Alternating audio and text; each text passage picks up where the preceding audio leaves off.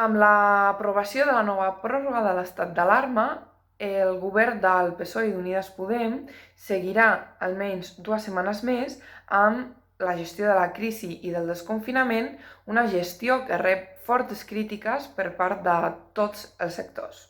Amb aquesta nova pròrroga, el govern de Sánchez i Iglesias seguirà reforçant els seus trets més bonapartistes i repressius, com ho hem vist amb la suspensió del dret de manifestació el 1 de maig. O quan no, propinant pallisses a les persones immigrants per suposats excessos als límits d'aquest confinament imposat. Un racisme institucional al que també, cal dir-ho, s'ha sumat l'Ajuntament de Barcelona d'Ada Colau i el Govern de la Generalitat amb els seus respectius cossos policials. Però molts d'aquests sectors que venen denunciant les mesures del govern de Sánchez són els que a dia d'avui, uns 2 mesos després de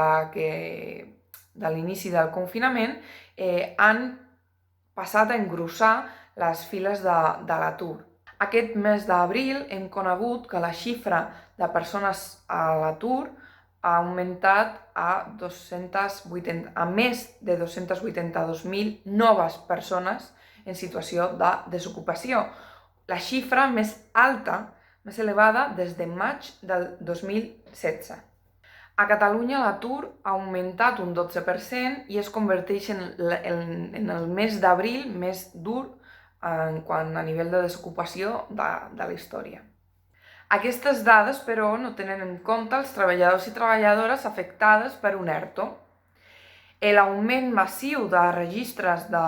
desocupació temporal per part de les patronals ha fet pujar el nombre de persones que haurien de cobrar prestacions de desocupació.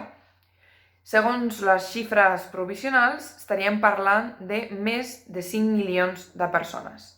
I diem que haurien de cobrar perquè sabem que són milers de persones que estan en aquesta situació d'ERTO que no estan cobrant encara la prestació que haurien de cobrar ni del mes d'abril ni la part corresponent del mes de març. Amb dades com aquesta s'evidencia que l'escut social del que es vanagloria Unides Podem no és més que fum, quelcom que ja no sorprèn, tenim en compte que es tracta d'un partit que va sorgir de la crítica a la crisi del 2008 i als partits que la van gestionar, però que a dia d'avui està governant amb un d'aquests partits, que és el PSOE, i no només això, sinó que estan preparant conjuntament un nou rescat històric que recaigui de nou a la classe treballadora i als sectors populars. A Catalunya no podem esperar res tampoc del govern de la Generalitat, que més enllà de les seves crítiques al govern de Sánchez i la seva gestió de la crisi del coronavirus, ha respectat al peu de la lletra la gestió d'aquesta crisi a favor de la patronal i de l'IBEX 35. Recordem que la crisi sanitària a Catalunya no és nova, ve de les dècades de retallades, de governs de Convergència, del tripartit i ara de Torra i Esquerra. Enfront tot això, i en primer lloc tenim en compte el desconfinament i la necessitat de detectar a persones asimptomàtiques,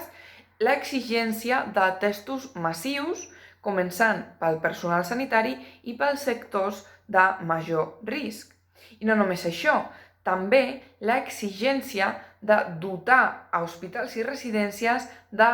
tot el material necessari de protecció que a dia d'avui segueix escassejant.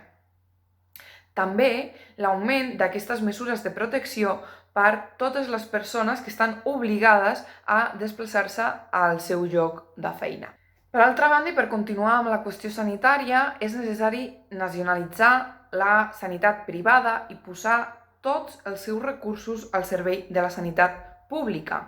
A més,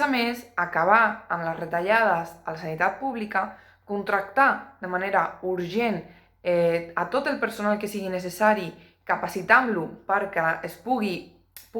fer front a la crisi del coronavirus, a més també d'augmentar les places, la capacitat dels hospitals i la protecció del personal sanitari. I enfront d'aquesta crisi històrica i de la sàgnia que suposa aquestes xifres de desocupació, cal imposar veritables mesures de xoc que passin per, urgentment, la prohibició dels acomiadaments, el repart d'hores de feina sense reducció salarial